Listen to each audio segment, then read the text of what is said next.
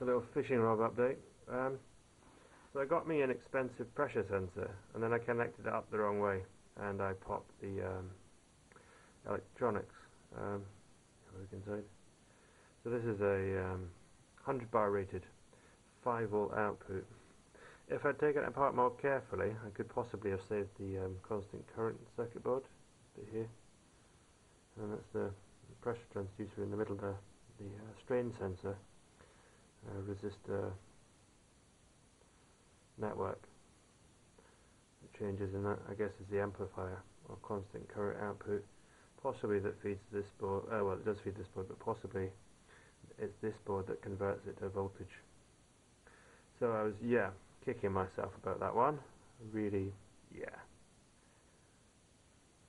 should have read the instructions again. Did double check it, but no, it comes in two package outputs. It has a DIN connector and this 4-pin thing. So I was reading the numbers off the DIN connector. Silly me. An expensive lesson. Not entirely sure what the lesson is yet. Been working on the Dataloger for the pressure sensor for the test chamber. So quite simple, just an Arduino Nano batteries, lithium-ion batteries, and a boost converter. Set up a single cell thing. Added an extra cap just to try and smooth out the voltage a bit. And just a little reed switch. Switch it on. Displaying the output from an analog read, sensor input, and then this will also feed the LED inside the test chamber. A USB card to store the data. Hopefully, the plan is to put this LCD actually inside the test chamber.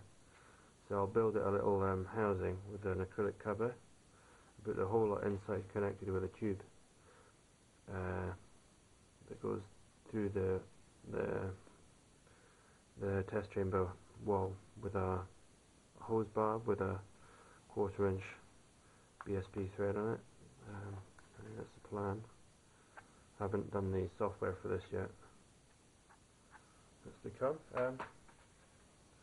I was just playing with plastic. So I was taking apart an old printer to use the bits for other things. I thought I'd have a go at melting down this plastic. It says it's, I'm guessing that's the plastic there, HIPS. Don't know. Crappy inkjet printer plastic.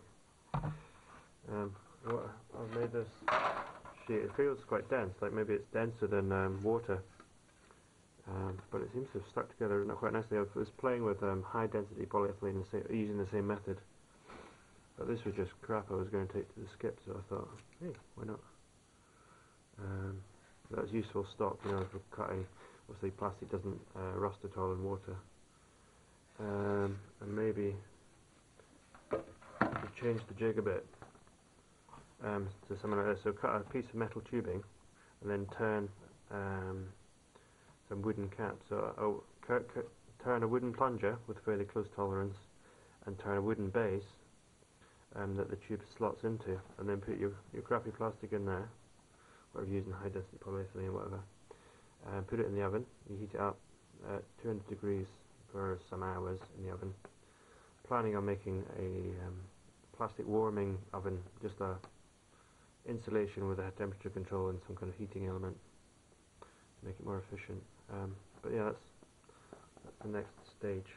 But I'm just playing with making sheet material just now. Quite straightforward. Obviously it's textured with the wood, with the mould I was using. Quite interesting. Possibly you could even you could cast metal in this. You could have metal sticking out of the mould, put in your scrap, and then cast over the top. And then it shrinks. This stuff seems to shrink less than the polyethylene, but it shrink a little bit and might grab the metal and make like kind of bulkhead connector, through hull electrical connection, possibly. And then you could O-ring seal it. You could turn it on a lathy thing or something. But yeah, just playing with that.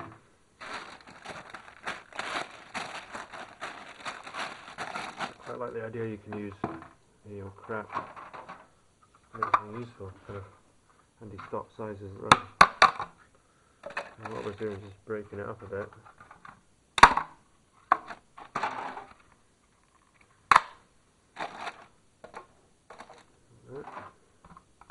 Very tempting. And heating it up in the oven, and it goes kind of squishy and soft, like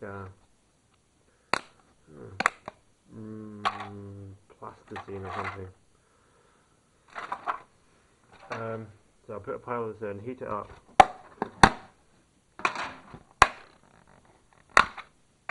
in the oven.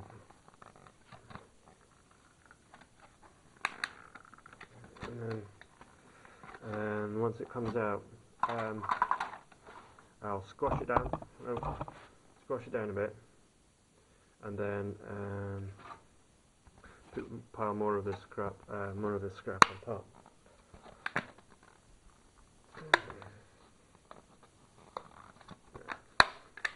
That size, isn't it? So just stick it in the oven like that.